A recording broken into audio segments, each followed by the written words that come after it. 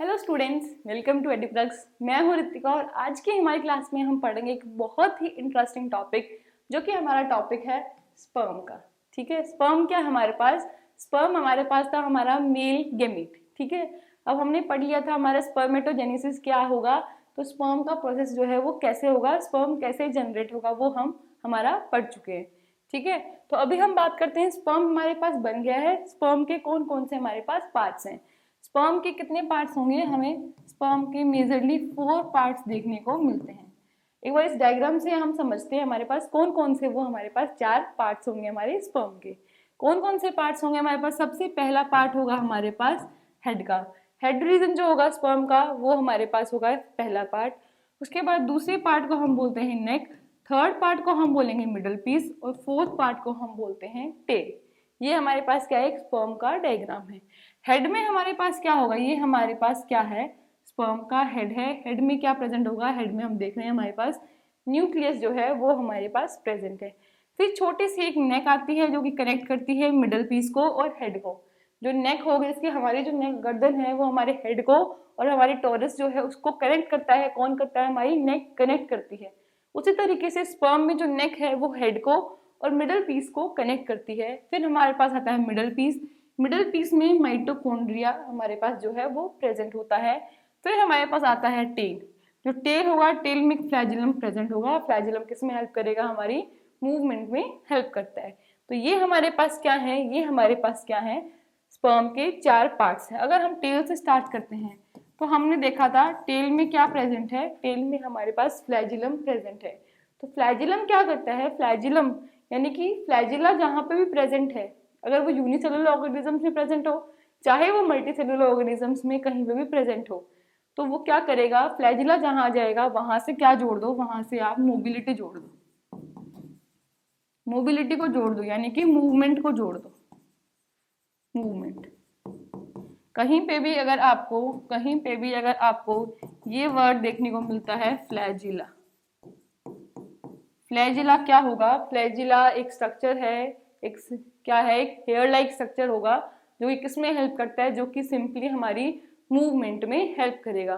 तो स्पर्म जब हमारा मूव करेगा, इजैकुलेशन होने के बाद जब इंसेमिनेशन का प्रोसेस आएगा, जब गैमीट ट्रांसफर का जब प्रोसेस आएगा, तब जो हमारे स्पर्म्स वेजाइना के थ्रू मूव करके कहाँ जाएंगे? एग के पास जाएंगे।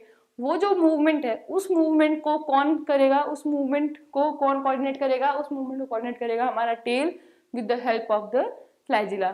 तो हमारे पास टेल का फंक्शन आ गया। हमारे पास टेल का क्या फंक्शन है? हमारे पास मूवमेंट का। फिर हमने जो नेक, अगर हम नेक की बात करते हैं, हमारे पास क्या थी? नेक। नेक का फंक्शन हमने देख ही लिया है। नेक क्या करता है? Neck is a joining bridge या फिर एक ब्रिज जैसा स्ट्रक्चर है, यानी कनेक्टिव है हमारे। कनेक्ट करता है वो हेड को और मिडल पीस को। स्पर्म के हेड को, स्पर्म के मिडल पीस को जो कनेक्ट करता है वो क्या है? वो है हमारे पास नेक। ठीक है, अब हम स्टार्ट करेंगे हमारे हेड से कि जो स्पर्म का जो हेड है, जो कि बहुत ज्यादा इंपॉर्टेंट स्ट्रक्चर है पूरे स्पर्म के, हमारे पास पूरे स्पर्म के पार्ट्स में सबसे इंपॉर्टेंट है हमारे पास स्पर्म हेड। तो वो क्या है? स्पर्म हेड में क्या होगा? सबसे पहले क्यों इंपॉर्टेंट है? क्योंकि इसके अंदर क्या है? इसके अंदर है nucleus. Nucleus present. Nucleus present है तो क्या है हमारे पास? हेरिडिटी मटेरियल जो है वो प्रेजेंट है। हेरिडिटी मटेरियल जो है वो प्रेजेंट है। Heredity material. हेरिडिटी मटेरियल यानी कि जो चीजें फादर से एक बेबी में जाएंगी, वो जो डीएनए है फादर का, वो किस में प्रेजेंट है? वो प्रेजेंट न्यूक्लियस में प्रेजेंट है, फादर का डीएनए। और वो जो न्यूक्लियस है वो कहाँ प्रेजेंट है? हमारे स्पर्म हेड में। सारी की सारी इंफॉर्मेशन जो है वो कहाँ प्रेजेंट है? सारी की सारी इंफॉर्मेशन हमारे पास स्पर्म हेड। जो भी इंफॉर्मेशन हमारे पास प्रेजेंट है वो सारी की सारी इंफॉर्मेशन हमारे पास स्पर्म हेड में हमारे पास प्रेजेंट है। स्पर्म हेड में हमने एक और स्ट्रक्चर देखा था, ये जो एक्रोसोम है। एक्रोसोम का हमने स्ट्रक्चर देखा था कि न्यूक्लियस के ऊपर एक एक्रोसोम का हमारे स्ट्रक्चर देखने को मिला था। स्पर्म हेड में हमें क्या देखने को मिला था? एक एक्रोसोम का एक स्ट्रक्चर देखने को मिला था। एक्रोसोम में क्या होगा? एक्रोसोम एक ग्लोबुलर स्ट्रक्चर होता है। उस स्ट्रक्चर में क्या होगा? एंजाइम्स होंगे। इट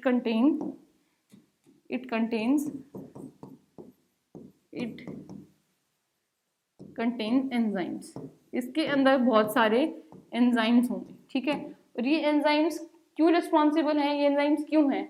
अब स्पर्म हेड का एक बहुत छोटा सा स्ट्रक्चर है, स्पर्म ही बहुत छोटा स्ट्रक्चर है, यूनिसेलुलर है, उस यूनिसेलुलर स्ट्रक्चर में भी हमारे पास स्पर्म हेड स्पेसिफिक एक पार्ट है। जो चीजें जो प्रेजेंट हैं वो बिना मतलब के प्रेजेंट नहीं है, उनका बहुत स्पेसिफिक और बहुत ज्यादा इंपॉर्टेंट रोल है।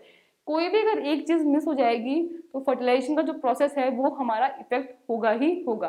तो एक्रोसोम जो एंजाइम्स हैं एक्रोसोम के, वो एंजाइम्स क्यों इंपॉर्टेंट है, क्योंकि ये एंजाइम्स क्या फैसिलिटेट करते हैं, they facilitate the process of fertilization. किसको फैसिलिटेट करेंगे, ये फर्टिलाइजेशन के प्रोसेस को है फैसिलिटेट करेंगे। फैसिलिटेट करने का मतलब क्या हुआ, यानी कि जब हमारे पास ओवम है, एग है हमारे पास, और हमारे पास स्पर्म है, उनका जब फ्यूजन होगा, फ्यूजन के टाइम जो ओवम की जो आउटर लेयर है उस आउटर लेयर को टूटना होगा, तभी तो जाके स्पर्म अंदर जाके फ्यूज कर पाएगा। तो उस आउटर लेयर को कौन तोड़ता है, उस आउटर लेयर को कुछ एंजाइम्स तोड़ेंगे, और वो एंजाइम्स कहाँ प्रेजेंट होंगे, वो एंजाइम्स हमारे एक्रोसोम में प्रेजेंट होंगे। वो एक्रोसोम किसका पार्ट है, स्पर्म हेड का पार्ट है। क्या था, ओवम है हमारे पास, ओवम की आउटर लेयर प्रेजेंट है, वो आउटर लेयर कौन तोड़ेगा, वो आउटर लेयर तोड़ेंगे हमारे एक्रोसोम के एंजाइम्स, ताकि जो स्पर्म का जो न्यूक्लियस है वो अंदर जा सके, जो स्पर्म है वो क्या कर सके, वो फ्यूज हो चुके, और हमारे फर्टिलाइजेशन का जो प्रोसेस है वो हमारा हो जाए। So what is the role of acrosome, acrosome facilitates the fertilization. तो ये हमारे पास आता है स्पर्म हेड का जो फंक्शन है। उसके बाद अगर हम बात करते हैं, उसके बाद अगर हम बात करेंगे हमारे पास क्या आता है, स्पर्म हेड के बाद हमारे पास क्या है, हमारे पास मिडल पीस था। हमारे पास क्या था, मिडल पीस हमारा सेकंड पार्ट था, स्पर्म हेड हमारा पहला पार्ट था। तो मिडल पीस में हमने देखा था, मिडल पीस में क्या है, माइटोकॉन्ड्रिया है इसके पास। मिडल पीस के अंदर क्या है, माइटोकॉन्ड्रिया है। क्या है, इट कंटेन्स, स्पर्म हेड में क्या है हमारे पास, माइटोकॉन्ड्रिया की प्रेजेंस है।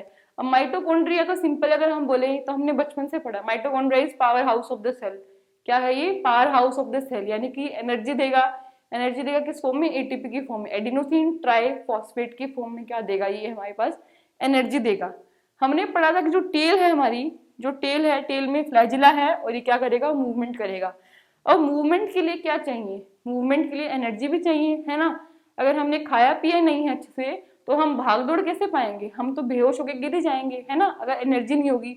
तो इसी तरीके से जो स्पर्म है वो मूव कैसे करेगा, उसको एनर्जी चाहिएगी। तो वो एनर्जी कहाँ से आएगी, वो एनर्जी आएगी माइटोकॉन्ड्रिया से, जो कि क्या बनाएगा, जो कि हमारा बनाएगा एटीपी, एडिनोसिन ट्राइफॉस्फेट जो बनाएगा। और वो कहाँ प्रेजेंट है, वो प्रेजेंट है हमारा मिडल पीस में। तो हमारे स्पर्म के चारों पार्ट जो है वो कवर हो गए हैं। स्पर्म हेड, मिडल पीस, नेक कनेक्ट करेगा, और जो टेल है वो टेल क्या करेगी, वो मूवमेंट में हेल्प करेगी। एक बार हम इस डायग्राम को देखते हैं, फिर हमारा स्पर्म जो है वो हमारा कंप्लीट हो जाता है। क्या है इस डायग्राम में, हमें दे रखा है आउटर में क्या प्रेजेंट है, आउटर में प्लाज्मा मेम्ब्रेन है। किसी भी सेल की आउटर वॉल जो होगी, आउटर मेम्ब्रेन जो होगी, उसको हम बोलते हैं plasma membrane. Very simple. Head के ऊपर एक स्ट्रक्चर प्रेजेंट होगा जिसको हम बोलते हैं एक्रोसोम। एक्रोसोम हेड के ऊपर है, क्यों है, क्या इंपॉर्टेंस है, क्योंकि एंजाइम रिलीज करेगा। पहले क्या होगा, ओवम की जो वॉल है वो टूटेगी, तभी तो जाके हमारा स्पर्म फ्यूज कर पाएगा। अगर ये सबसे नीचे प्रेजेंट होगा तो ये आगे आगे और ये पीछे पीछे, ऐसा तो नहीं हो पाएगा पॉसिबल, है ना। तो इसलिए स्ट्रक्चरली ये क्या है, ये इंपॉर्टेंट है कि एक्रोसोम हेड पे प्रेजेंट है। एक्रोसोम क्या करता है, एक्रोसोम हमने देखा एंजाइम्स प्रेजेंट है एक्रोसोम में अंदर, ठीक है। फिर हमारे पास हेड में क्या आता है, न्यूक्लियस आएगा। न्यूक्लियस क्या करता है, इट कंटेन क्रोमोसोमल मटेरियल, जो फादर से जो डीएनए आता है, फादर का जो डीएनए है वो कहाँ प्रेजेंट है, वो हमारे पास इस न्यूक्लियस में प्रेजेंट है। फिर छोटी सी नेक आएगी, नेक क्या करती है, कनेक्ट करेगी हेड को और मिडल पीस को। फिर हमारे पास ये जो कंप्लीट है, this complete is the middle piece, this complete portion is the middle piece. और मिडल पीस क्या करती है, माइटोकॉन्ड्रिया होगा, और माइटोकॉन्ड्रिया क्या है, एनर्जी सोर्स फॉर स्विमिंग। जब जो स्पर्म्स हैं वो मूव करेंगे तो उनको एनर्जी लगेगी, तो एनर्जी कहाँ से मिलेगी, इस माइटोकॉन्ड्रिया से मिलेगी, जो कि प्रेजेंट है हमारा मिडल पीस के अंदर। लास्ट में हमें देखने को मिलती है दिस टेल लाइक स्ट्रक्चर, जिसके अंदर क्या होगा, ये फ्लैजिलम प्रेजेंट है, जो कि क्या करेगा, जो कि मूवमेंट में हेल्प करेगा, मूवमेंट में असिस्ट करेगा। तो ये हमारे पास क्या है, स्पर्म का एक डायग्राम है कि स्पर्म के हमारे पार्ट्स हैं। ये अभी हमने हमारा कंप्लीट कर दिया है, हमारा मेल रिप्रोडक्टिव सिस्टम कंप्लीट किया, फीमेल रिप्रोडक्टिव सिस्टम कंप्लीट किया, और हमने गैमेटोजेनेसिस में जो स्पर्मेटोजेनेसिस का जो पार्ट था वो हमने कंप्लीट कर दिया है। आने वाली क्लासेस में हम पढ़ेंगे हमारा oogenesis का जो पोर्शन रह गया है वो कंप्लीट करेंगे, यानी कि ओवम की जो प्रोडक्शन है हम आने वाली क्लासेस में हमारा वो भी कवर कर लेंगे। Thank you so much for watching, keep learning and keep growing.